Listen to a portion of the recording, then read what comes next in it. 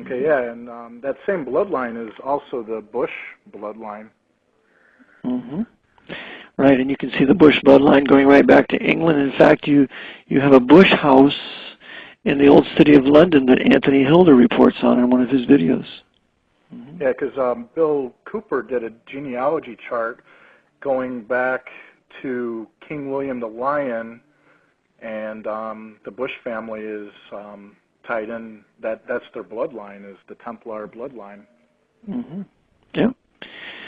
Yeah, and so these royal bloodlines are then the leaders within these secret societies. So that would be the Knights of Malta, the Knights Templars, and thus the high-level Freemasons of today, and the Teutonic Knights, which were German, that were revived under Himmler's SS.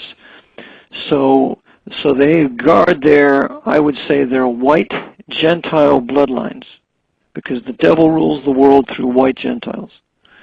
And thus these bloodlines are then secured, and they're made rich, and they have fortunes that they inherit, and they're kept in check by these oaths of the secret societies that they're all members of. So yes, the Kennedy assassination involves several of these bloodlines. And also, a lot of the things that Kennedy wanted to put an end to, like he wanted to destroy the CIA. We all know the famous quote where he said he wanted to scatter them to the winds, and he wanted to abolish the Federal Reserve, Executive Order 11110, that made our dollars redeemable in silver again. He wanted to end Israel's nuclear program, and this was all against the plans of the Jesuit order, right? That's correct.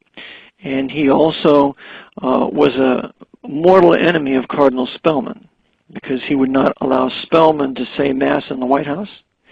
He did not invite Spellman to the White House, and he also prohibited Spellman from being involved in the CIA Daily Brief or one of Spellman's agents. So he cut Spellman completely out of the loop. Wow. Mm. And what is Kennedy's connection to the bloodlines? Well, the Kennedy bloodline goes back pretty far. I'm not sure exactly, person to person. I can get the chart, I'm sure. But they are indeed a royal bloodline. Irish royalty, right? Sure. It goes back to probably Robert the Bruce in Scotland or something like that. Right. And that's basically the inception of when the Templars merged into the stonemasonry and created the York Rite and the Scottish Rite of Freemasonry. Right. You have the rising of the York Rite, which was essentially Catholic, and Scottish Rite, which was supposedly Protestant, but they were both controlled by the papacy, and they were revived in the early 1700s by the Jesuits in seeking to bring back the Templars that had been suppressed by Pope Clement V in 1312. So, because they would be the warriors, the soldiers for the Jesuits in carrying out their designs. So indeed, they revived Freemasonry in, 1754. They wrote the first 25 degrees of the Scottish Rite in the College of Clermont in Paris, France, in seeking to restore the Stuarts to the throne of England. So Freemasonry was intended to be its puppet, its tentacle, but there were two great Masonic schisms that brought a portion of Freemasonry out of Jesuit control, and that first Masonic schism in the 1750s paved the way then for these high Freemasons like Choiseul of France to call for the expulsion of the Jesuits out of France and Spain and Portugal, as well as refusing to align and do their bidding. So the Jesuits had enemies with these high Freemasons, which they later then called the Council of Wilhelmsbad in 1782, and ultimately got it back together with the Supreme Council of the 33rd degree. But initially, the Jesuits had every intention to use high-level Freemasonry as its stool pigeon to enforce the Pope's temporal power in the Council of Trent. Okay, I got a good question here that has been really bothering me to put together these puzzle pieces. In 1307, when the Knights Templar were sort of like suppressed and captured by the King of France, and the back was the Pope at the time. You said it was Clement. Turned his back on the Templar Knights. Was there really a suppression, and did they really go in hiding, or was there more so like an agenda to reorganize them and redirect them to do something entirely different than defending Jerusalem? Well, I believe that they were really suppressed by the Pope, and Philip the Fair hated them because they were a rival to his political and commercial power in France. Remember, the Templars were the big bankers of Europe, not the Jews like today.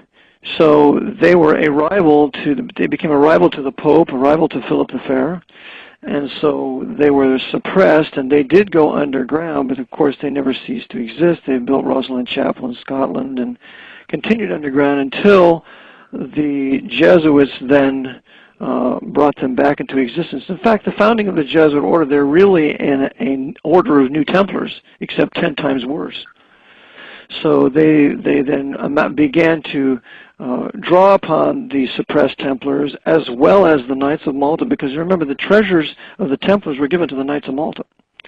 Okay. So they were holding those treasures and keeping for them until they would be revived at a later date. Now there was a little out between the Knights of Malta and Templars at one time or another, wasn't there? Well, there was some rivalry because there were 3 major orders of the Crusaders that were vying for control of Jerusalem and the establishment and setting up and the ruling of the Latin Kingdom of Jerusalem, which existed from 1099 to 1291.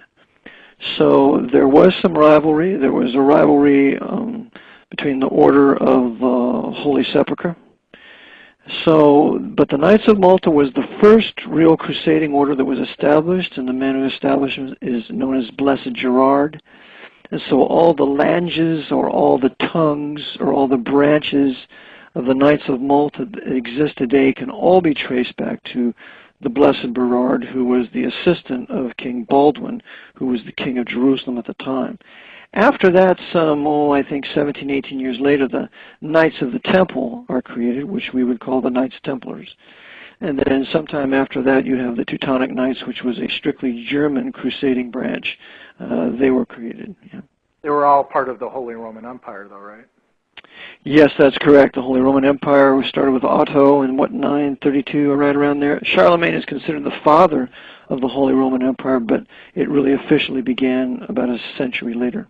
So you have the First Reich, which was the first Holy Roman Empire. You have the Second Reich, which was created by Bismarck and Wilhelm I in 1871, which was a Protestant Reich.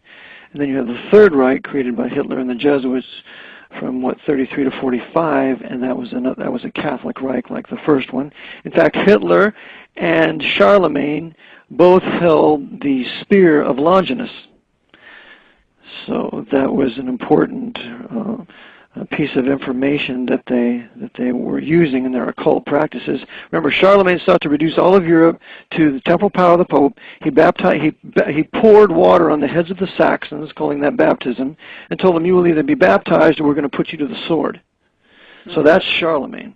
Hitler, he purges Europe of 2/3 of its Jews. He kills off the vast majority of the white Protestants, destroys Protestant cities like Rotterdam, Hull, Coventry, Magdeburg, Leuven, all these cities, and he also destroys 20 million Orthodox Christians in Russia, which are considered heretics by the Council of Trent. And the Jesuits were overseeing the Einsatzgruppens, the 4 Einsatzgruppens, when they went into Russia. So it was a huge, massive crusade pursuant to the Council of Trent, using their crusading orders. The SS was the revival of the Teutonic Knights. The Knights of Malta were involved in it because Franz von Papen was a Knight of Malta. He is the one most responsible for bringing Hitler to power. And then you have Knight of Malta, Edwin Flynn, and John J. Raskov, those 2 Knights of Malta, bringing FDR to power. So the Knights were busy behind the banking and behind the politics, and the Teutonic Knights were busy carrying out the Inquisition, and the High Freemasons were also busy doing the same because Hitler was a Mason of a covered lodge. Eric, you mentioned you mentioned an interesting date, 1871. That's when Albert Pike Freemason wrote the famous letter to Mazzini, Giuseppe Mazzini, about the documentation of the 3 world wars. What's the Jesuits' connection to Pike and Mazzini? Okay, the Jesuits controlled Pike and Mazzini. The Albert Pike being the most powerful Freemason in the U.S. at the time, who, by the way, was pardoned by President Johnson for high treason.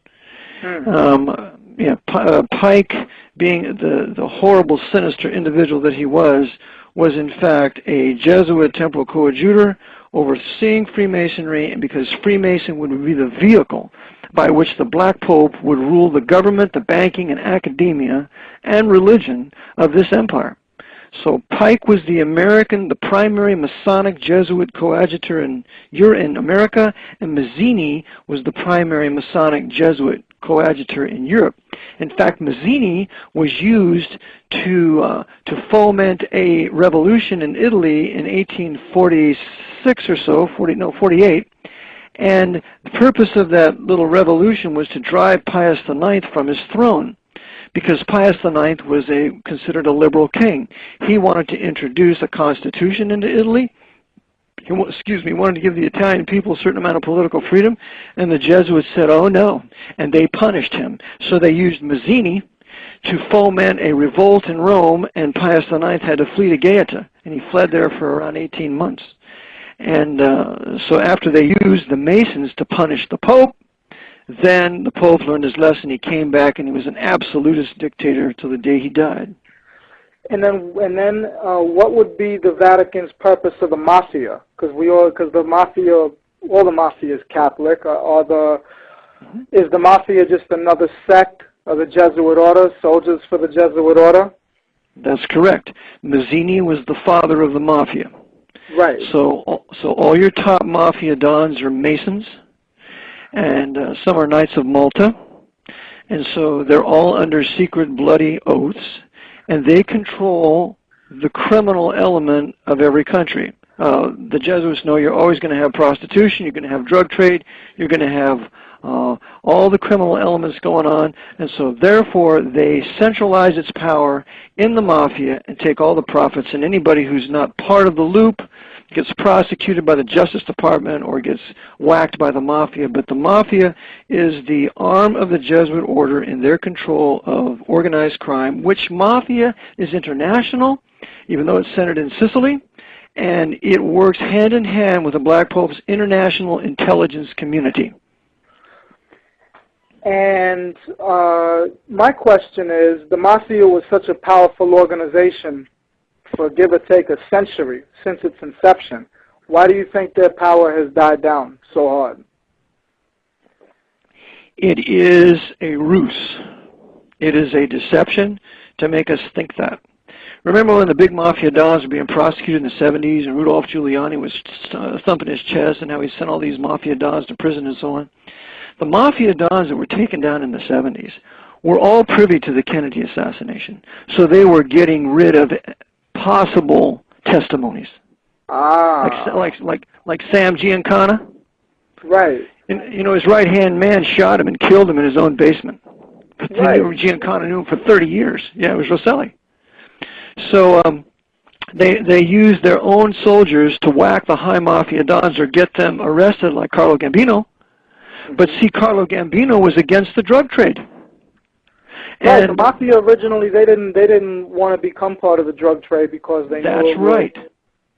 The only one was Santos Trafficante, and he doesn't get touched because he's working with the Mafia, with the CIA, to bring all the drugs in from the Golden Triangle via the Vietnam War. Right, and just so all the listeners know, the oath that the members of the Mafia take when they first learn, and that's a derivative of the Jesuit order, or the Jesuit oath, right? It's not the exact same Jesuit oath, but it is an oath that is derived from the Jesuits. Mm-hmm. Okay. Because I have a friend who is a former Gambino enforcer, who was in jail for 22 years, something like that. Tony Gambino, he lives not far from me, and he's on a witness protection program and so on. But he was the grandson of Lucky Luciano. You mentioned you mentioned the golden triangle. That was actually my very next question. This was the first time in the history of the order that the Black Pope retired. Kolvenbach stepped down, and this new guy. Second time. Who was the first one? Pedro Arrupe, 1981.